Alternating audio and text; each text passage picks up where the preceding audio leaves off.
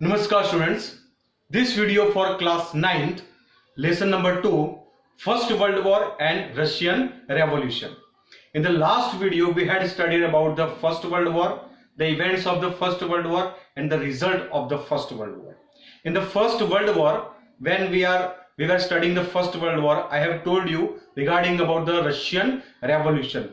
Russia withdrew the First World War in 1917. Why? Because of the Russian Revolution. So in this video we will study about the Russian Revolution and the aims of the League of Nations. What is the League of Nations and the aim of League of Nations? So let's start from the Russian Revolution. In Russia, Russian Revolution is a very important and very important event of the world history. Russia has become the victim of the oppressed and suppressed policy of the Tsar King of the Russia. Actually, the Tsar is a dynasty. The Tsar is a dynasty, the king of the Russian dynasty, that is the Tsar. जैसे हमारे यहाँ पे जैसे अलग अलग dynasty वंश यहाँ पे हो गए भारत के अंदर, जैसे है मुगल डायनेस्टी है, या तो फिर हिंदू राजाओं की गुप्त dynasty, Solanki dynasty etcetera. So like that the jar dynasty that is ruled over in Russia, and it is a very suppressed and oppressed policy of the Tsar dynasty. मतलब वो बहुत ही दमनकारी नीति, एकदम एक्सप्लोटेशन पॉलिसी जो जार जो राजा थे वो अपनाते थे, and they enjoy the uncontrolled and unlimited power of the dictatorship. सरमुख हत्यारशाही डिक्टेटरशिप मतलब enjoy the unlimited power and uncontrolled power. वो अपनी ही पॉलिसी अपनाते थे और अपनी ही पॉलिसी को इंप्लीमेंटेशन करने का फोर्स करते थे. They were also very cruel, and if anyone oppose this kind of the policy, if anyone demand the right of in the Russia, the common people, so that people have to suffer lots of the Russian kings, the Tsar king, and they tortured, they punished them, and they sent to the Siberia. It is a very bone chilling region to dead call. अगर कोई उसके सामने आवाज उठाता, अगर उसको कोई सामने अपने राइट और अपने हक के लिए कोई बाहर निकलता लड़ता, तो उसके साथ बहुत ही बुरी तरीके से उसको क्रश कर देते थे, वो कुचल देते थे उसको. साइबेरिया के ऐसे एकदम जिसको बोलते that is the very bone chilling area, dead cold, एकदम हड्डियां भी गल जाए इतनी ठंडी, वहां पे उसको भेज देते और बहुत ही उसको क्रूअल मौत उसको देते थे. ऐसा समझ लो कि that is the exploitation policy just like in our India by the britisher. British empire ने यहाँ पे जो भी एक्सप्लोटेशन नीति अपनाई, ऐसी नीति अपनाते थे रशिया के अंदर ये जार डायनेस्टी के जो किंग थे. So in the Russia, in this era of the tsardom, the people live in the grief, poverty, they are not getting the enough income also, and they become a very poor. कि tsardom king जो था, जारडम का जब शासन चलता था Russia के अंदर, तब लोगों की हालत बहुत ही पिटिएबल, दयनीय, it is very poor condition. चारों ओर जैसे कॉमन पीपल को रहना मुश्किल हो गया था.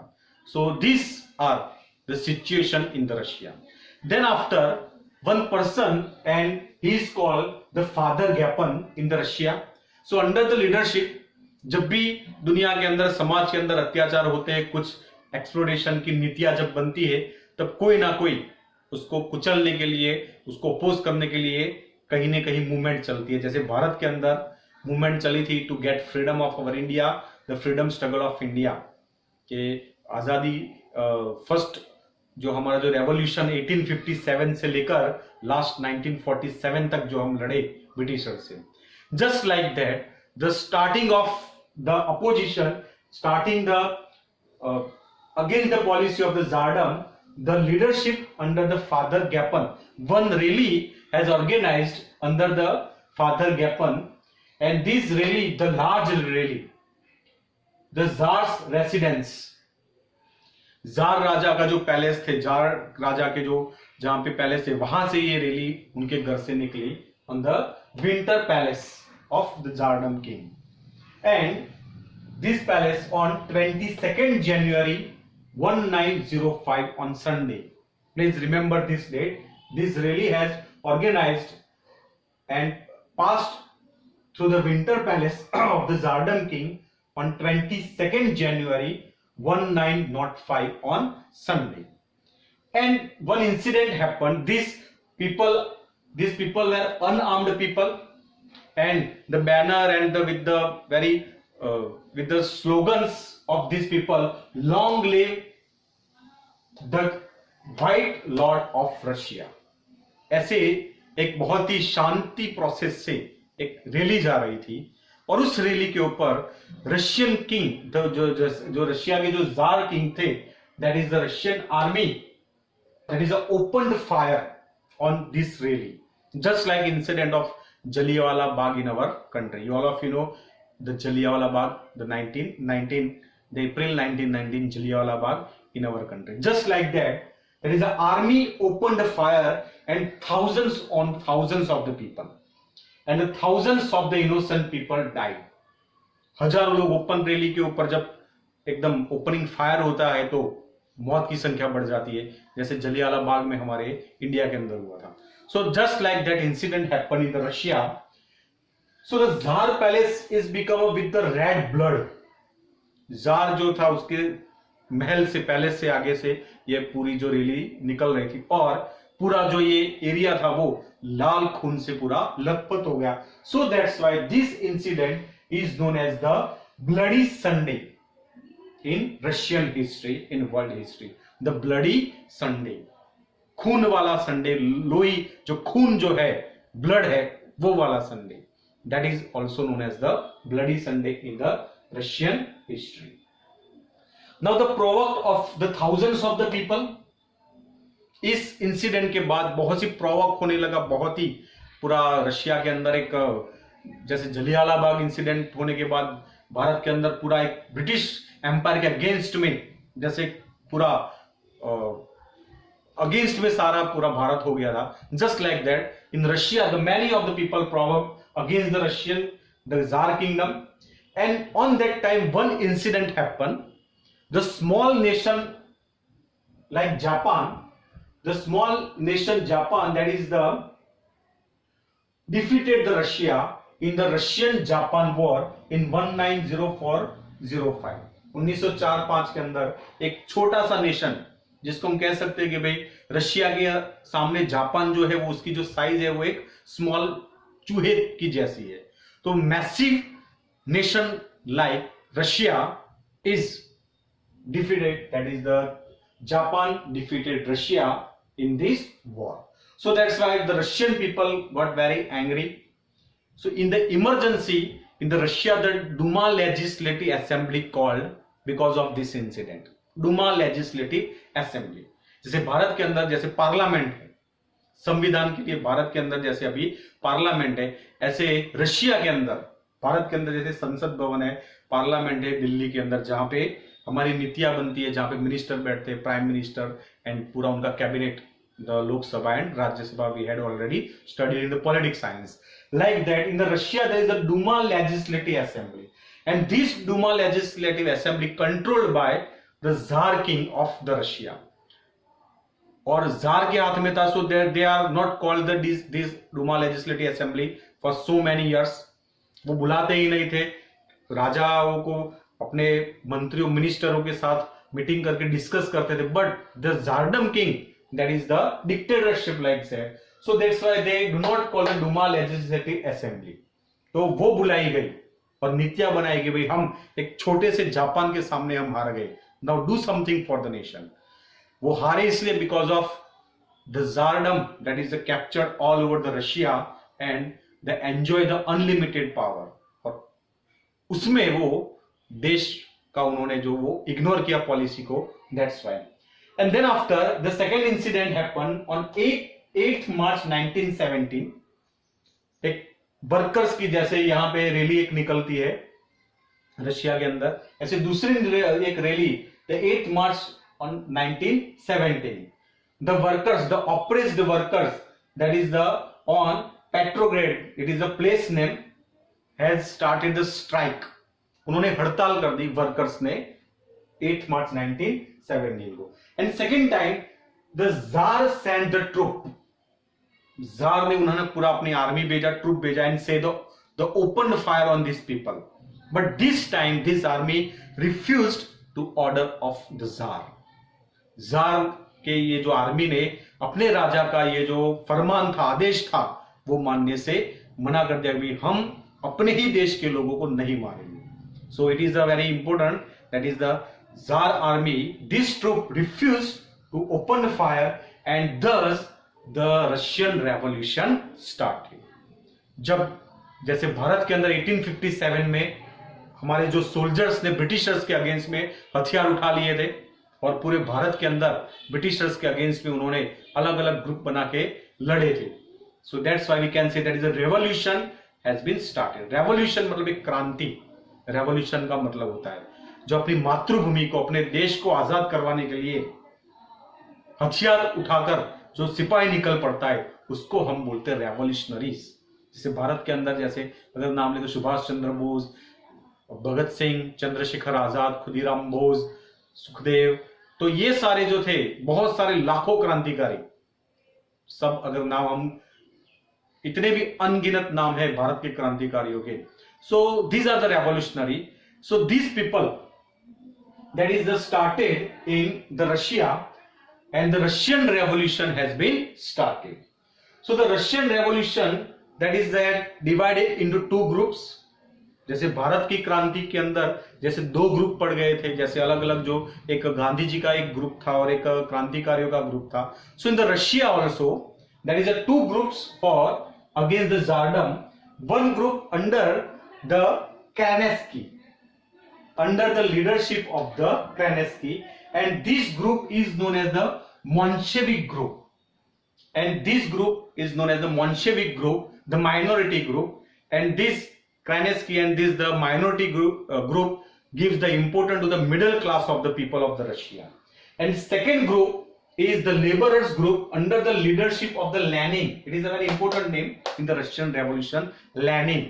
ऐसा कहा जाता है भी हमारे भगत सिंह जो थे क्रांतिकारी, वो लेनिन को बहुत फॉलो करते थे, उनकी बुक्स रीड करते थे और एक क्रांतिकारी कैसा होना चाहिए. So it is learn from the Lenin. And Lenin follow the thoughts of the Karl Marx. The Lenin follow the thoughts of the Karl Marx. Karl Marx करके भी एक बहुत ही बड़े विचारज्ञ हो गए, एक बहुत ही चिंतज्ञ हो गए. He has also wrote a many books and they give the importance to the labourers. And Lenin उनका एक डिसिपल जैसा था एक. तो ये this Lenin has the started the Bolshevik revolution. In the Bolshevik revolution to give the importance to the poor people, to the give importance to the labourers, for it is a important givens to the labourers. And this group is known as the Bolshevik group. So the revolution has started and two groups are in the Russia. First the Bolshevik and second is the Menshevik. तो उनकी आपस में विचारधारा टकराई. The Bolshevik against the Menshevik. So this thoughts, that is against these thoughts, the Lenin got the victory. Lenin की विचारधारा सबको ज्यादा पसंद आई. And in November 1970, the Tsar, in the November 1970, Russia has freedom from the Tsardom of Socialist Bolshevik Revolution. तो Lenin की विचारधारा यहाँ पे भारी पड़ गई मोल्शेविक के ऊपर. And thus the 300 years rule Tsardom king destroyed by this revolution. So this revolution is known as the Russian Revolution, is also known as the Bolshevik Revolution. So that's why the Russia withdraw the First World War in 1917. आपको अभी समझ में आ गया क्यों Russia first world war से बाहर निकल गया था बीच में छोड़ के 1917 में. बिकॉज ऑफ दिस रशिया के अंदर एक बहुत ही बड़ा एक रेवोल्यूशन हुआ था. So that's why so this things happen. It is a very important short note, the Russian revolution. The next topic is about the league of Nations, the establishment of the Leagues of Nations and the aim of the league of Nation. Because of the First World War, we have seen the effects. What were the very negative effects of the First World War? Destructions of man and material, the social change, and also the long-term effect also. The Versailles Treaty, we have studied the effects of the First World War, the negative effects of the First World War. And we have also studied the seed of the Second World War sown in the result of the First World War. तो पहला विश्व युद्ध इतना खतरनाक था, तो वापस दूसरा ऐसा विश्व युद्ध ना बने. So that's why all the international community has decided one group, one organization, and this organization is known as the League of Nations. एक League of Nations बनाया गया. It is need of international organization for the peace and security of the world. पूरे विश्व को शांति और सलामती की जरूरत थी. So that's why it is established. What is the aim? Now we will study what is the aim of the Leagues of Nations. This League of Nations established is formed by the effort of the American President Woodrow Wilson, and this Woodrow Wilson, and this Woodrow Wilson has the 14 points, has described the 14 points in the Paris peace process on 10th January 1920. So you can also say that is the on 10th January 1920 as the established of the League of Nations. So there are the 6 points in the League of Nations, the aims of the Leagues of Nations. The first, to arrangement of the international peace and security, अंतरराष्ट्रीय शांति और सलामती, जो आपस में nation लड़ते हैं, झगड़ते हैं और दुनिया के अंदर तबाही मचाते हैं. So first aim to maintain the peace and security internationally, जो संभल के रहना है, सबको, किसी को नुकसान नहीं पहुंचाना है. The second, that is the respect the unity and the integrity of the other Nations. First world war क्यों हुआ? क्योंकि यूरोप कॉन्टिनेंट के जो नेशंस थे वो दूसरे नेशंस की यूनिटी और इंटीग्रिटी का रिस्पेक्ट नहीं किया. उन्होंने हेड स्पीच दिया, उन्होंने बहुत सारे जो अगेंस्ट में राइवल नेशन के अगेंस्ट में एक एटमोस्फियर क्रिएट किया. So in the second point, the respect, हम दूसरे नेशन का रिस्पेक्ट करेंगे, उसका फ्लैग का, उसका एंथम का, उसके पीपल का, उसके कल्चर का, तो ऑटोमेटिकली रिलेशन अच्छे बनेंगे. तो respect the other Nations, the unity and integrity of the other Nations. Next, to give up the policy of war, to give up the policy of war. युद्धखोर मानसिकता, जैसे first world war का हमने factors पढ़ा था, the philosophy of war.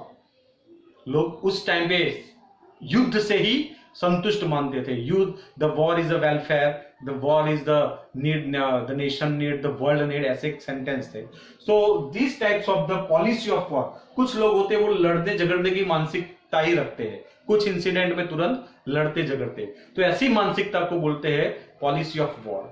So give up, all nation has to give up the policy of war and develop the international relations with the other nations. Develop the international relation, इसलिए तो बहुत सारे ऐसे organisation बने हैं अलग अलग Nations के, अलग अलग कॉन्टिनेंट के, एशिया, यूरोप, अलग अलग कॉन्टिनेंट के. Develop nation relations, relation develop हो गए तो ऑटोमेटिकली एक दूसरे से वो अंडरस्टैंडिंग करेंगे और वो झगड़ेंगे नहीं आपस में, तो वॉर नहीं होगा. And solve the disputes by the negotiations and mediations of the League of Nations. कोई भी दो नेशंस के आपस में अंदर कोई डिस्प्यूट्स है, राइवल्स है, या तो कोई एनिमिटी है, तो this enmity and this types of the disputes solve by the negotiation and the mediation of the league of nation. बातचीत से, ऐसा नहीं कि भाई चलो युद्ध कर दो और वो बात को खत्म कर दो, आपस में बैठ के मीटिंग करके, बातचीत करके, लीग ऑफ नेशन तब था, तो लीग ऑफ नेशन के अंडर में इस प्रकार का वार्तालाप करके वो disputes, try to solve the disputes. And 6, if any nation ignores this types of the mediations or negotiation, so these nations is declared as the rebel nation and cut all the international relationship with that nations. अगर कोई Nations मानता नहीं है कि भाई हम mediation, league of nation का mediation में एक्सेप्ट नहीं करते हैं, तो that nation can declare a rebel nation. Rebel nation मतलब एक विद्रोही राष्ट्र. कि जैसे कोई कोई बात मानता नहीं है कोई, और उसको हम डिक्लेयर कर विद्रोही, मतलब जैसे उससे हम एक रिलेशन कट करते हैं इंटरनेशनल पे, उसको हमको कोई सपोर्ट नहीं करता है, उसको कहीं पे उसको उसकी नेसेसिटी जो है वो फुलफिल नहीं होती. So this nation declared the rebellion. So these are the points of the aim of the league of nation. This is also the important question. This short note is also very most important, the Russian Revolution, and these points are also very important for your examination point of view. So thus the students, we have completed the lesson number 2, First World War and Russian Revolution. Thank you.